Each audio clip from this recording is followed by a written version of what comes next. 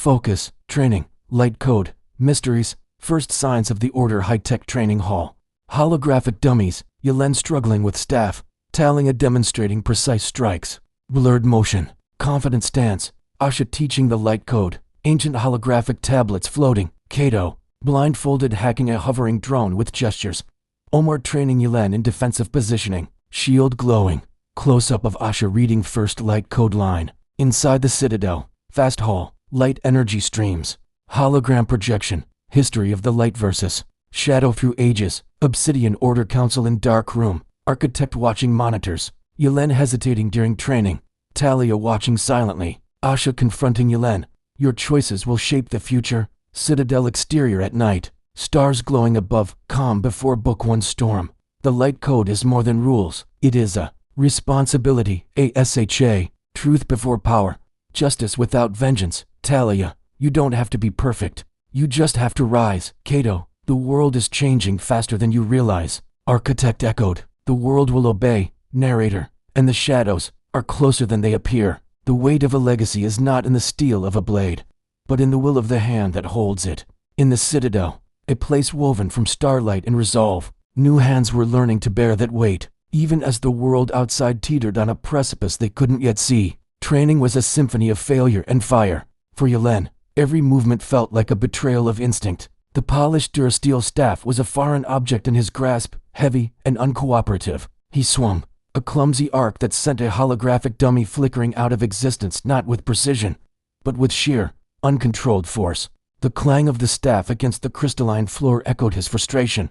A sharp, metallic sigh in the vast, high-tech training hall. He was a discordant note in a melody he couldn't yet hear, surrounded by warriors born to the rhythm. Across the hall, Talia was that melody personified. Her movements were a blur of focused energy, a dance of deadly grace. Each strike of her twin blades was a percussive beat, precise and final. She spun, a whirlwind of white and gold, her stance a portrait of unshakable confidence. The holographic targets shattered into light particles before her, not from brute strength, but from an economy of motion so perfect it bordered on art. She was the ideal, the standard against which all others were measured, but combat was only one verse of their song.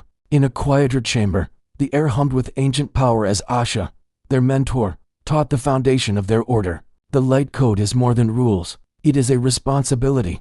Her voice was calm, yet carried the gravity of ages.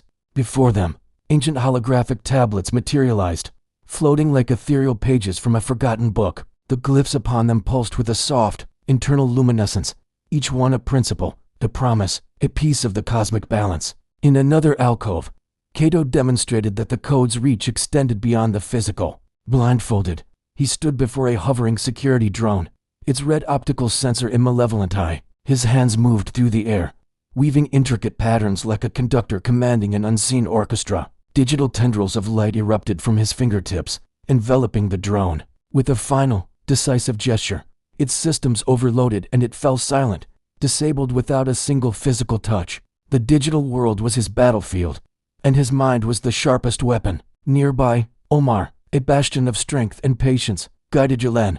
Defense is not passivity, he coached, his voice a low rumble. It is a fortress built from foresight. He tapped Yelen's arm, adjusting his posture. As Yelen raised his training shield, it flared to life with a brilliant, golden glow, absorbing the energy blast from a training turret. For a fleeting moment, Yelen didn't just hold the shield, he became it, a bulwark against the onslaught. The chamber with Asha fell into a reverent silence. A close-up on her face revealed eyes that had seen empires rise and fall. She raised a hand, and the first line of the light code blazed brighter than the rest. She recited it, her voice resonating with the very energy that powered the citadel. Truth before power, justice without vengeance. The words were not just spoken, they were decreed, settling into the hearts of her students like foundational stones. The heart of their world was the citadel itself. Within its core, a vast, cathedral-like hall pulsed with life. Streams of pure light energy flowed like rivers from the ceiling to the floor, crisscrossing in a celestial web. This was the source of their strength, the wellspring from which every shield, every blade, and every act of defiance drew its power. It was a place of impossible beauty and immense, humbling power. Within this hall, a hologram ignited, projecting a silent, sweeping history of their eternal conflict. Luminous figures representing the guardians of light battled, shifting, amorphous forms of shadow across millennia. Civilizations bloomed under the light's protection, only to be corrupted and consumed by the creeping darkness. The projection was a stark, sobering reminder of what was at stake, of a war fought in the shadows of history. But the shadows were not merely a historical footnote. Miles away, in a room devoid of light and hope, the Obsidian Order convened. Cloaked figures sat around a monolithic table, their faces hidden, their intentions a poison in the air. At their head stood the architect, a figure of terrifying stillness, watching the champions train on a dozen different monitors. His gaze was cold, analytical. A whispered, echoed voice filled the chamber, a chilling promise of what was to come. The world will obey. Back in the training hall, the weight of expectation was a tangible force.